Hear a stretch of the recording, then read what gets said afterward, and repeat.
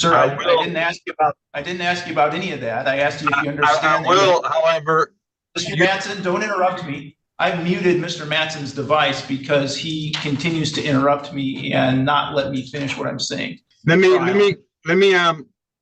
speak to. I've muted Mr. Matson again because he unmuted himself and interrupted me. Today's courtroom hearing is absolute chaos. We're looking at a sovereign citizen who simply refuses to stop talking. No matter how many times the judge tries to move the hearing forward, this guy keeps interrupting and speaking over everyone in the room. He's back in court after failing to report to his probation officer, which was obviously going to create more legal problems. Instead of accepting responsibility, he tries to argue his way out of the situation with bizarre claims that don't seem to have any legal basis. The judge wastes no time shutting those arguments down, and it's satisfying to watch someone stay firm and keep the hearing on track. Let me know what you think about sovereign citizens and how courts should handle these situations. If you enjoy courtroom content like this, don't forget to like and subscribe.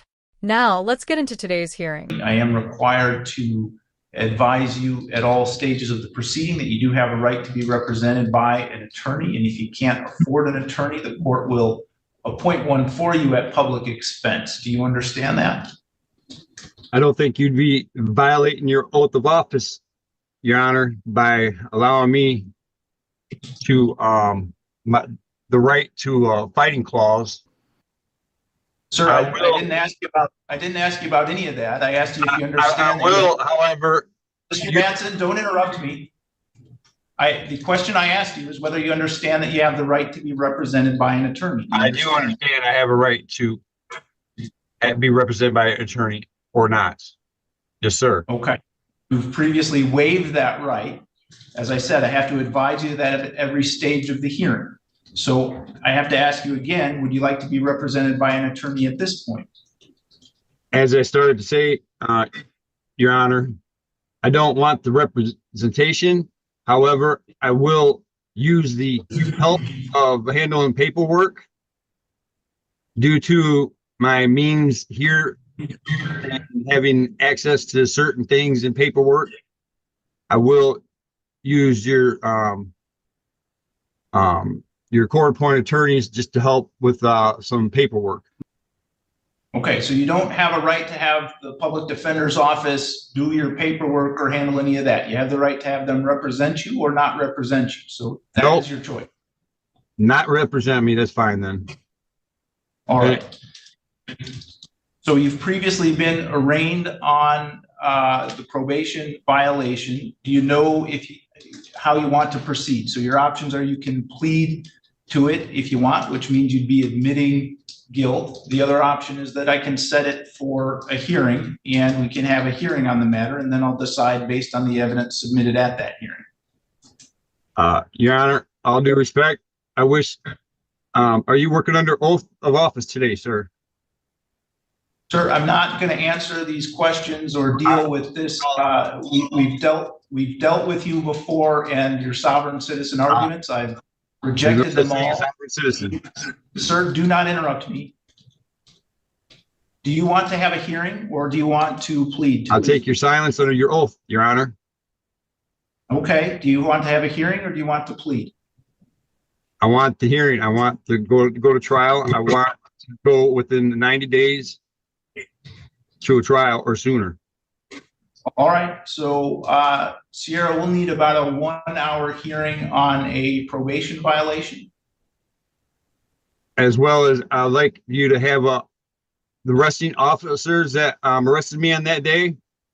I would like their sergeant to be dressed in uniform and at that trial on that day as well, please.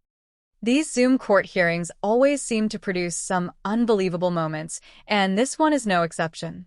The defendant constantly talks over everyone, interrupts the judge, and acts as if the courtroom rules simply don't apply to him. At one point, he insists that he needs an attorney just to help with paperwork, which doesn't really make much sense. Attorneys are there to provide legal representation, not to guide someone through every document they have to file. It's honestly difficult to tell whether he's genuinely confused or intentionally trying to derail the hearing. Things become even stranger when he suddenly starts talking about needing a sergeant present. The request seems completely unrelated to what's happening, almost as if he's inventing new arguments as he goes along. Maybe he believes what he's saying, or maybe he's simply trying to waste everyone's time. The judge remains remarkably patient throughout the exchange, although you can tell that patience is beginning to wear thin. Eventually, the judge responds much more firmly. Let me know whether you think this defendant is deliberately pretending not to understand the process, or if he truly believes these arguments. With that said, let's jump into the hearing. All right, I think it will go more smoothly if you are here in person, so we will have you in person here from the jail. All right, exactly what the hearing is going to be on that day? So you've been charged with a violation of the terms of your probation. Yeah. For failing to report. So the hearing is going to be to determine whether or not you failed to report. Okay, so it's going to be the trial that day. Correct. Okay, can I have the state police sergeant there at that trial?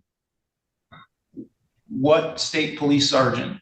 The state police sergeant of the arresting officers on the night of my arrest. Who are the arresting officers?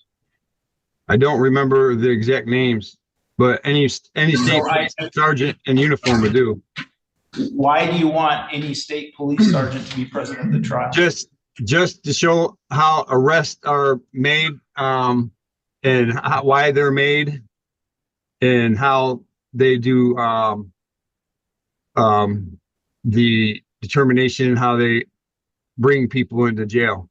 Well, how is any of that relevant to whether or not you violated the terms of probation? I believe there's a lot of relevancy there. I don't see where any of it's going to affect the courts in any way, shape, or form. All right. So the issue that the court is going to determine has nothing to do with things that happened during your arrest. The issue is whether or not. No, it's not about the arrest. It's about the arrest for the violation of probation as well. All right. The only issue before the court that day is going to be whether or not you reported. So your arrest doesn't have any relevancy to that. So I'm not going to. I beg to differ, Your Honor. I beg to differ because the jury is going to be a jury of my peers, and at this time, sir, you're not going to have a jury of my peers. Sir, there's not going to be any jury. You're not entitled to a jury trial on a hearing about violating your probation. I'm sorry, I misunderstood. I'm pretty sure that last time I spoke to you, you said that I had the right to a jury trial for determining if I was guilty for a violation of probation. I've never seen you on this violation of probation. I've seen you, or I've seen you just the other day, last week. No, you didn't. A different judge conducted that hearing. You're Michael Olsaver, aren't you? There was Judge Sloan, and then there was you. I've seen both. You did not see me last week. I did. And so you're not entitled to a jury trial on a probation violation. So again, we will have you back in person on. Well, hold up then. So if I'm not entitled to a trial to determine if I'm guilty or not, this is a criminal court, isn't it? It's a criminal court where you have already pled guilty to a felony and been placed on probation. Because I was at risk of dying in this.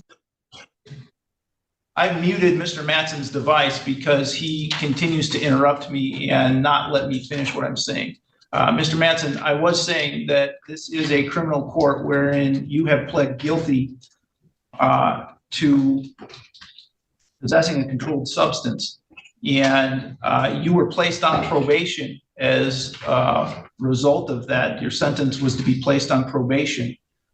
Subsequent to being sentenced to probation, there was an allegation that you failed to report in accordance with the terms of your probation. That is an alleged violation of probation. There's no right to a jury trial for a violation of probation. So the court will conduct. Let me speak to.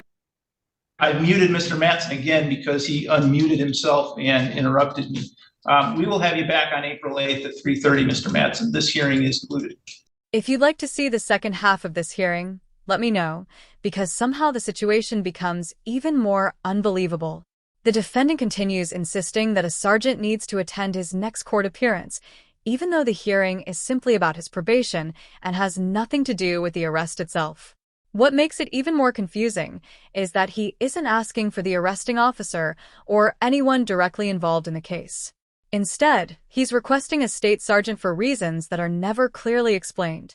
None of it seems relevant, and it only adds to the confusion surrounding his arguments. Cases like this raise interesting questions about how courts should deal with people who repeatedly ignore courtroom procedures and refuse to cooperate. Constant interruptions and refusing to follow the judge's instructions only slow the legal process and make hearings more difficult for everyone involved. Personally, I think virtual hearings can make situations like this even harder to manage. In-person proceedings often provide more structure and make it less likely that someone will continually interrupt or turn the hearing into a spectacle. Thanks so much for watching. If you enjoyed today's courtroom breakdown, be sure to like and subscribe for more videos like this.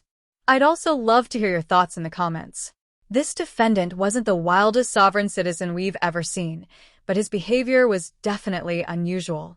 Thanks again for watching, and I'll see you in the next video. Take care.